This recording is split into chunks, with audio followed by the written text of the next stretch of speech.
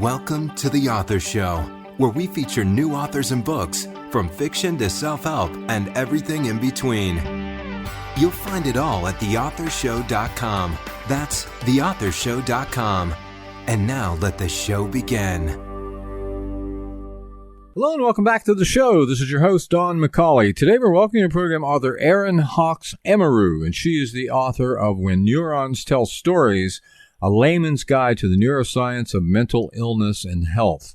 Before I bring in today's guest, a quick reminder that selected interviews are available on our iPhone app, which can be downloaded in the App Store, as well as on TV on the Roku channel and Amazon Fire TV. Our app name on all platforms is simply The Author Show. Erin, how are you? I'm well. How are you? Good. Well, tell us a little bit about yourself, please. I have a master's degree in neuroscience, but I also live with schizophrenia. I work in psychiatry and I'm a writer. I'm also a mother of a young toddler. So tell us about your book. My book is not about me. It's about my clients. And they see me as a peer support worker on an ACT team. And with my background in neuroscience, I always kind of wondered, I wonder what's going on in their mind when they're going through this or that. So this book has the expected chapters of what's neuroscience of addiction or auditory hallucinations or delusions. But I also went to see what's the neuroscience of trust, of spirituality, of human touch and loneliness. I even have a chapter on the neuroscience of coffee and a cigarette that everyone tells me is such a good combination. It's complicated, but I try to make it very readable. It's about what neuroanatomy and neurochemistry matter when you're living with mental illness. Now, who did you write your book for specifically? Who's your target audience? My target audience is healthcare professionals and students. I especially like talking to students because I believe that their education should be built not just on skills, but also on empathy. I wrote stories, but I wrote neuroscience. And I think one without the other, when you're learning how to interact people in a healthcare setting or have been doing so for many years, I think this book can really inspire even more empathy from the workers. So could you say there's any type of central message or perhaps underlying theme that runs throughout your book?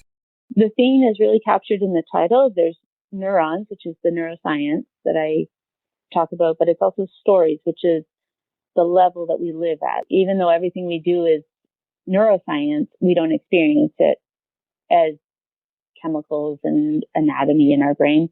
We experience it by living it. So I try to bring the two together, the neuroscience and the stories. One thing it's not about diagnosis or treatment. The neuroscience is not firm conclusions, it's hypotheses. However, it is built on 150 plus references, and these are papers recently published in peer-reviewed journals. So if you had to choose, what would you say is the single most important idea you're sharing in your book that's really going to add value to the reader's life? Again, empathy. And you're going to hear me say empathy a lot in this interview because that is what I wanted to provoke. I think that when you hear another person's life story and learn neuroscience that can underlie it, I think that that takes away judgment and discrimination. So if you could compare your book with any book out there we might be familiar with, which book would it be and why? I was greatly inspired by Oliver Sacks. He's written a variety of types of books, but the ones where he weaves neurological knowledge and personal accounts of his patients, very accessible. His writing leaves you with, oh, I learned something, but it doesn't create a burden of, oh my goodness, this is so much to learn. His well-known books include The Man Who Mistook His Wife for a Hat and Awakening. He also is a very empathetic writer, so greatly inspired by him. Out of curiosity, this is something that's really intrigued me. Would you say that we are slaves to these chemicals in the brain that or whatever they are, that cause us to do things that maybe we don't want to do? But what you want or don't want to do is also messaged in chemicals. So I don't think you can separate the two. Now, you write about schizophrenia as being a large part of a disturbance of making meaning. What does that mean? It means that you find meaning where there really isn't any. For example, when I am ill, I see garbage on the sidewalk, I pick it up, and I say, oh, this is shaped like a bullet. I must be going to die by a sniper today. So that's finding meaning when there isn't any meaning, but also the not finding meaning where you should, like if you were looking at your friend's face and just not reacting to it. That's a missing meaning. So with schizophrenia, at least from my experience, and I think I speak for my clients as well, it pay attention to the wrong things in a different way. So a peer support worker, what is that and why is that role so important? I work in psychiatry. That's the department I work in as a peer support worker. And a peer support worker is someone who has what they call lived experience. They've lived with a mental illness in this case. And then the most powerful thing about being a peer support worker is that you can say to your clients, you can say, I know what it's like.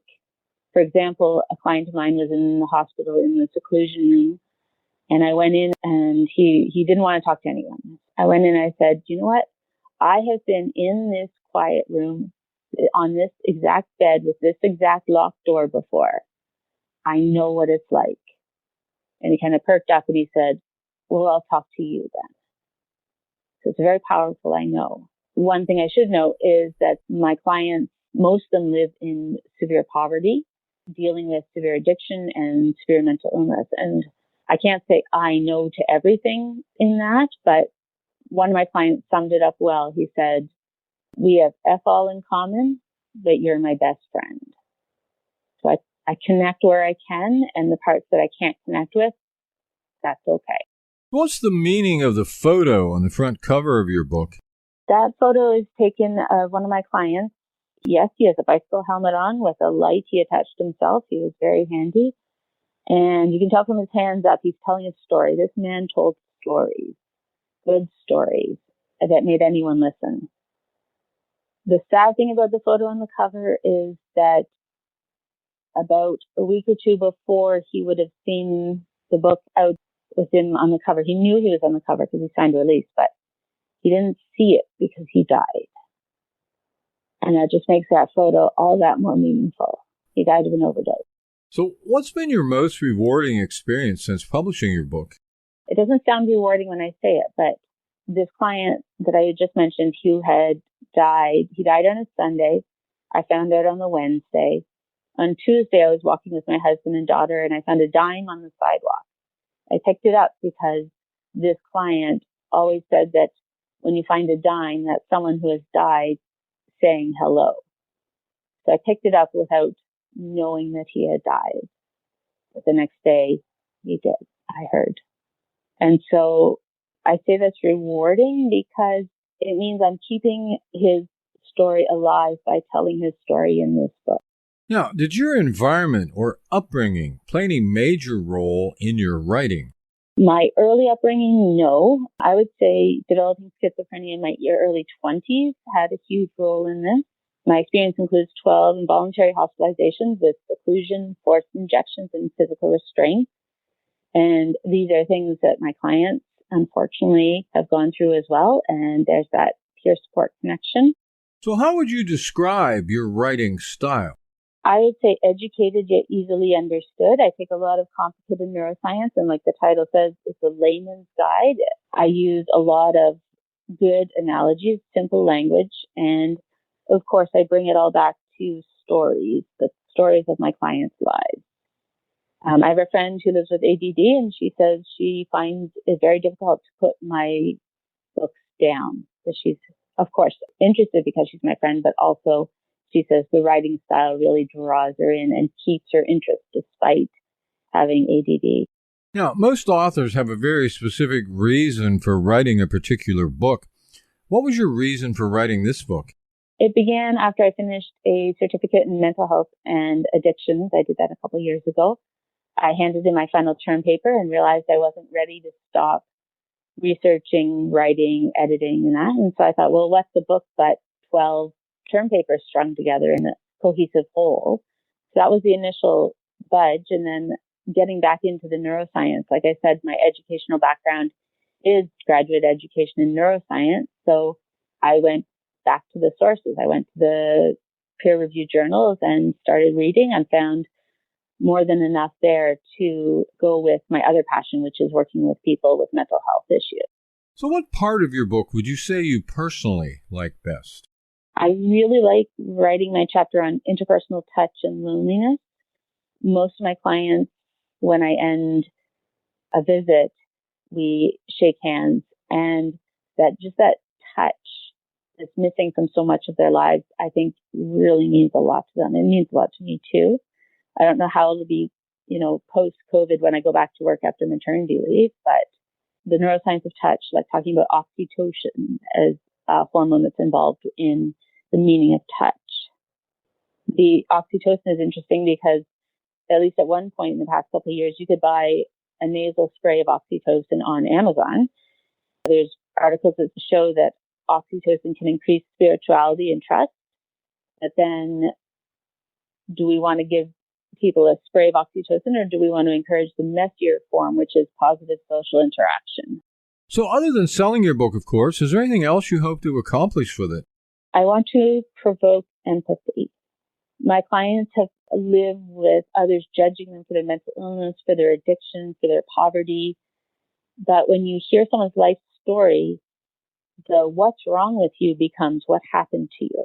And there's empathy developed.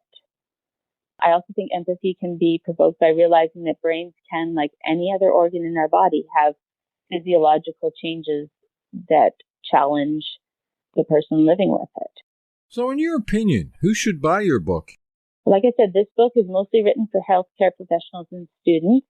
I am often told and agree with that my books would make great required or recommended reading for students in psychiatry, psychology, social work, occupational therapy, and peers. Beyond that, anyone touched by mental illness, which really means everyone, because everyone has a family member, a friend, a coworker, a fellow student, someone with mental illness in their life. Do you have a website? Yes, I do. It's erinhawkes-emiru.ca. And could you spell your name for us, please? Sure. ErinHawkes-Emiru. Well, this has been just great. Our guest today has been Erin Hawkes-Emiru, and she's the author of When Neurons Tell Stories, A Layman's Guide to the Neuroscience of Mental Illness and Health. Erin, thanks very much for being with us today. Thank you very much. This is Don McCullough.